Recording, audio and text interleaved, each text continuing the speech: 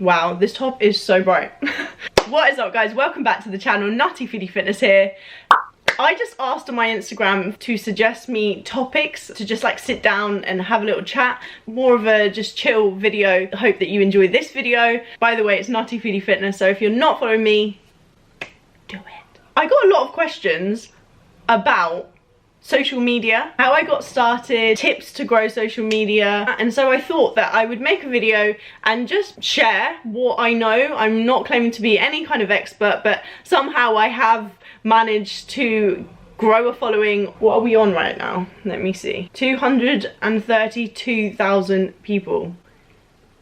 Madness. Somehow I have grown a following. I'm literally just going to share with you what I have kind of learned along the way, and hopefully this can help you if you are thinking about pursuing maybe like YouTube or trying to grow your following on Instagram.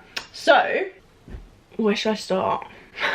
I never really set out to do YouTube. Obviously it didn't just happen, but YouTube was just a thing that I fell into as a result of having my Instagram account. And what I will say is I held off from making my YouTube channel. There's never going to be the perfect moment to do something, so if you have that desire, you have something to share with an audience, or that curiosity about something, you just go for it. Because I even remember having my Instagram account and thinking to myself, one day I will start a YouTube channel. I literally left it for 2 years.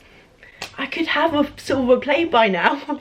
That is number one. Just take that leap. I know it's a little bit daunting and it is really weird just talking to a camera. I do remember my first YouTube video.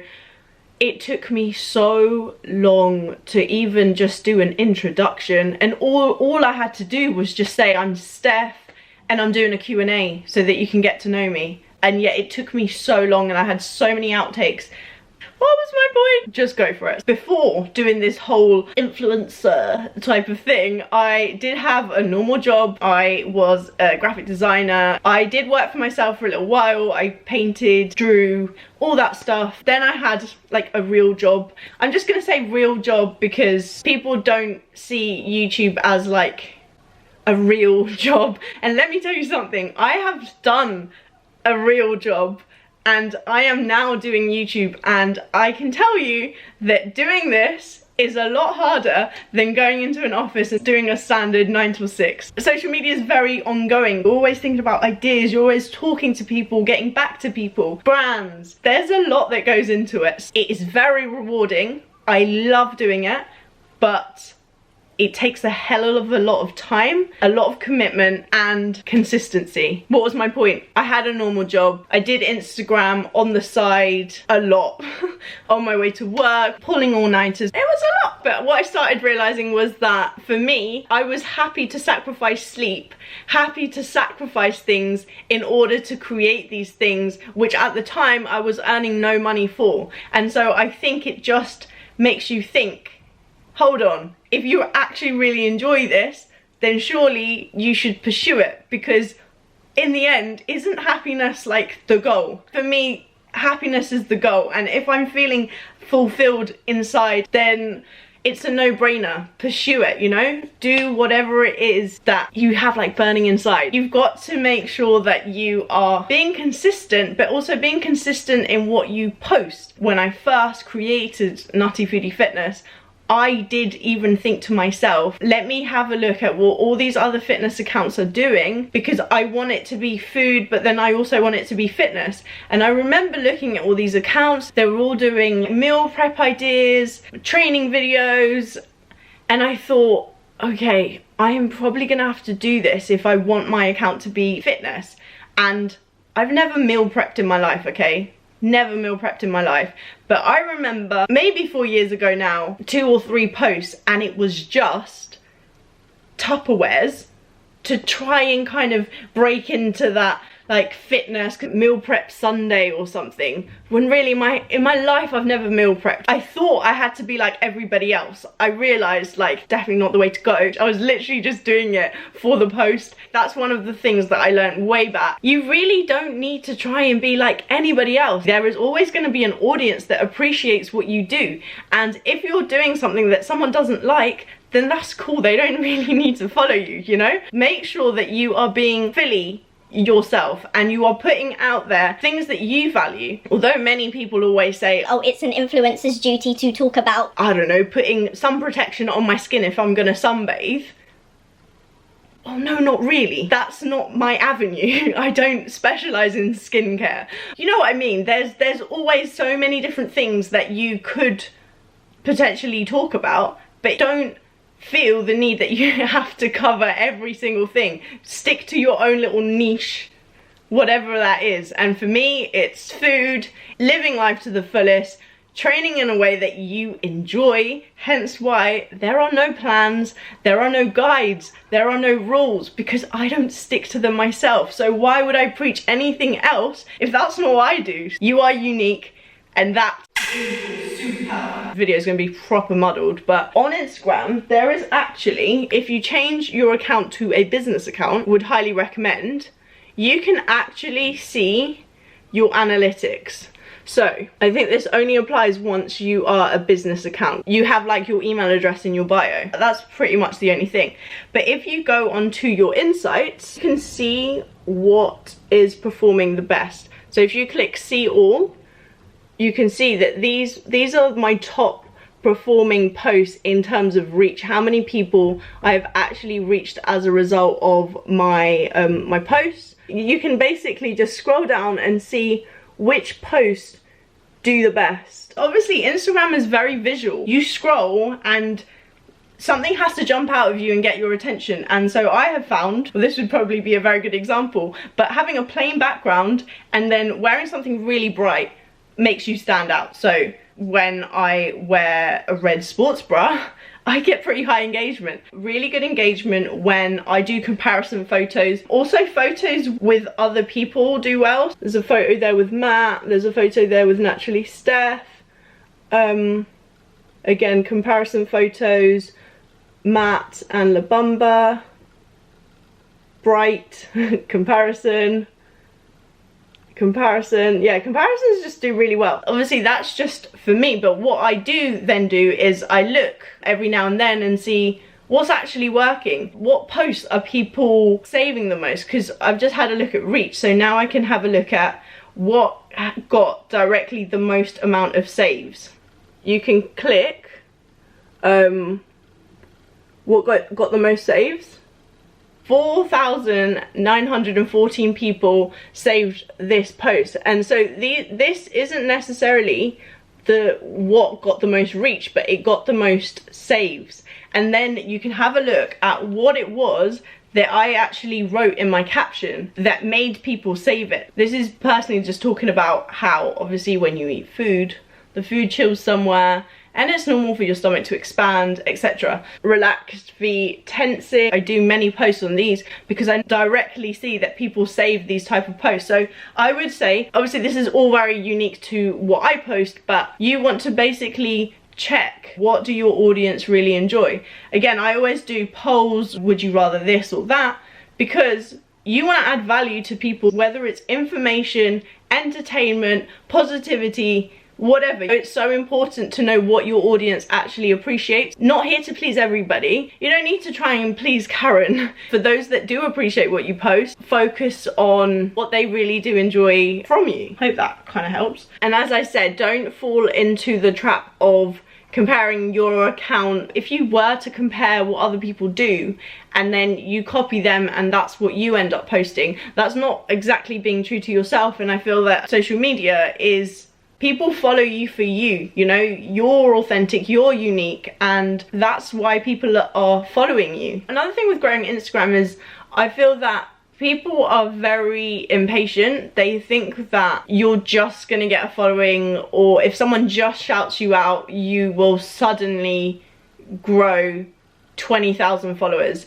And that simply isn't true. Even if I were to be reposted by an account that has 5 million followers, that is not to say that people will follow me, because they follow that person for something specifically. Obviously it's different if I were to collaborate with somebody else that also does food and fitness. There's a lot more chance that I will then gain some followers from that person. Social media is all about value. It has to be a balance in what you're getting and what that person is getting out. Brands will reach out to you if they see the value in you. For instance, if I'm wearing Gymshark all day every day and I love their products and I'm happily wearing their clothes, then they're much more likely to reach out to me to work with me because they know that I already love their products. If you're trying to work with, I don't know, let's say ASOS, you can't just out of nowhere expect ASOS to contact you and say, oh, would you like to model this? Or Pretty Little Thing message you saying, would you like to be gifted a wardrobe?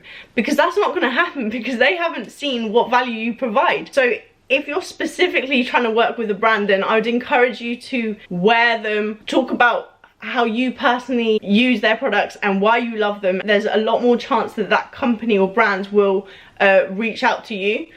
Obviously, you can also feel free to reach out to others, but you need to realize with collabs, it's always a case of what value are you providing for them, and then what are you getting in return. Say for instance, you've got 2,000 followers and you want to work with My Protein, but you've never posted ever any product using My Protein. Then you've got somebody else that has 1,000 followers but literally uses My Protein products day in, day out, tags them, mentions them. My Protein are gonna think, got 1,000 more followers, but they've never even spoken about our products.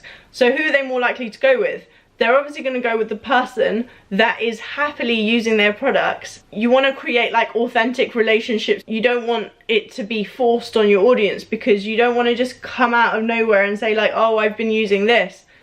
And they're like, what? We've never even seen you use that in a single story.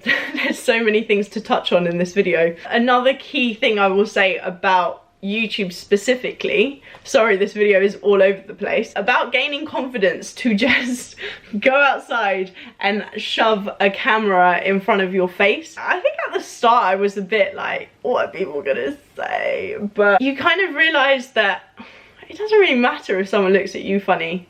What difference does it make if someone looks at you weirdly because you're talking to a camera? People know about YouTube. I don't suppose they're going to think that you've completely lost your mind. And if they do, then they're clearly missing out on YouTube in their lives, which would then be a great time for you to then just plug your channel and say, well, I've got a YouTube channel, you should definitely follow me. You've got to be confident in what you're putting out. So even though you may be a little bit camera shy at first with the whole vlogging camera in front of face thing, what I do think is key in order to grow your channel is having confidence in the things that you put out. If you're someone that's like, I don't want anyone to see my videos because it's really cringe, then I'm sorry, you're really not going to go anywhere with that mentality. You need to be confident that every video you're putting out there is something that you can be proud of. It's not to say it has to be a work of art, but what you talk about, you have to first and foremost see the value in it. Otherwise, like, what are other people gonna think? But then don't try and make things perfect, because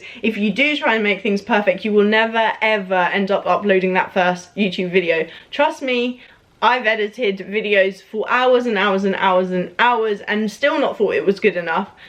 But then I finally put it up and then, you know, it wasn't too bad. If you want rapid growth on YouTube, I would say videos that have potential to go viral are great for growing the channel. I'm not gonna lie, if it wasn't for me doing the 10,000 calorie challenge, I don't think I would have grown my channel anywhere near as fast as I have, because I think that video is on like 1.1 million. And obviously as a result, that video has reached so many people, and then as a result I did gain subscribers from that. Not to say that, you know, you just have to do food challenges or whatever, but they do help, let's be honest, because you reach a big audience, and then the likelihood of that audience liking you and follow and subscribing to you is increased crazily as you've reached so many more people. So sorry, food challenges, guys. I'm sorry for encouraging these type of videos, but like, I'm just being honest. That's what helped me. And to be honest, I even think about it now, if I really did just want to grow my numbers, I could just do a lot more food challenges. To be honest, I'm okay with that. Drop a comment down below as to what food challenge you want to see me do next. I have contemplated for a while to eat like The Rock. I'll probably do that at some point. Maybe I'll leave it here for now just because it's already been a minute, she says, after recording for 20 minutes. I hope that this has been somewhat helpful. I really just would say that if you are considering making a channel, really just not wait. Don't wait.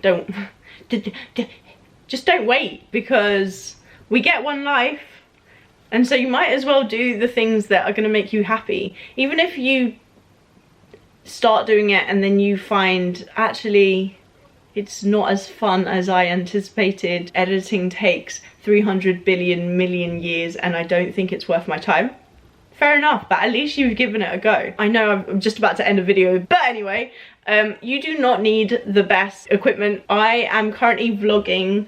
I'm currently using this. Wow, I nearly touched the mirror instead of the camera. Oh no, I would be I'm confused. No, I need to touch. Wow, I just touched my mirror instead of the camera.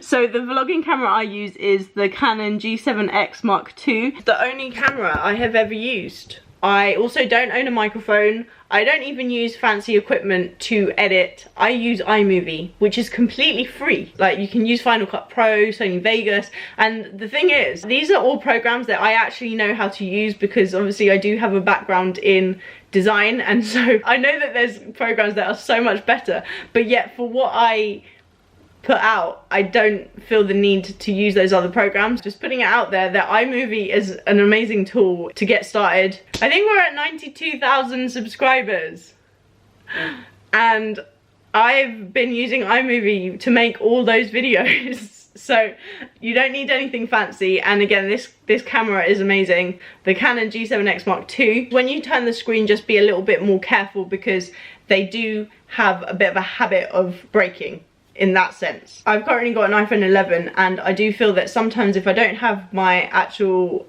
vlogging camera, sorry, I don't mean to point, this is just like, this is fab to carry on vlogging with, you know, if you just want to do a little snippet of this or that. But you can even vlog from an iPhone. I don't have a tripod right now because the gorilla leg is kind of snapped off, so I'm just balancing the camera on my windowsill. We all have to start somewhere. Started from the bottom, we still hit. And even on my Instagram, before I bought this phone, when did I buy this phone? I bought this phone a couple of months ago. I was taking photos, wait for it, I was taking photos on an iPhone 6. An iPhone 6. So 3/4 of the posts that you see on my Instagram were taken on an iPhone 6.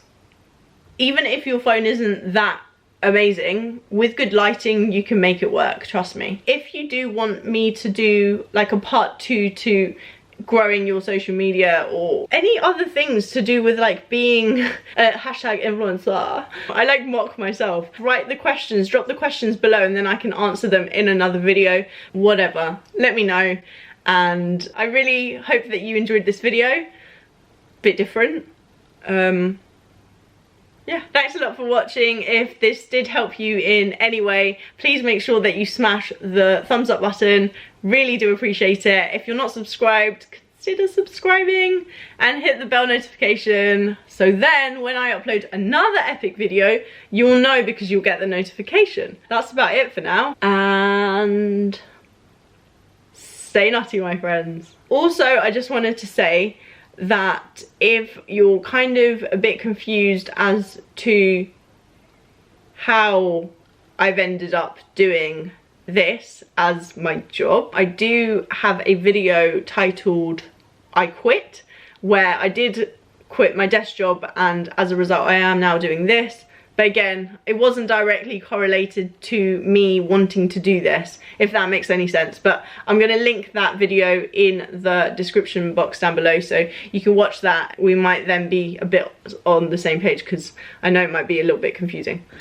I'm going to eat. Bye! That was weird. What am I trying to say?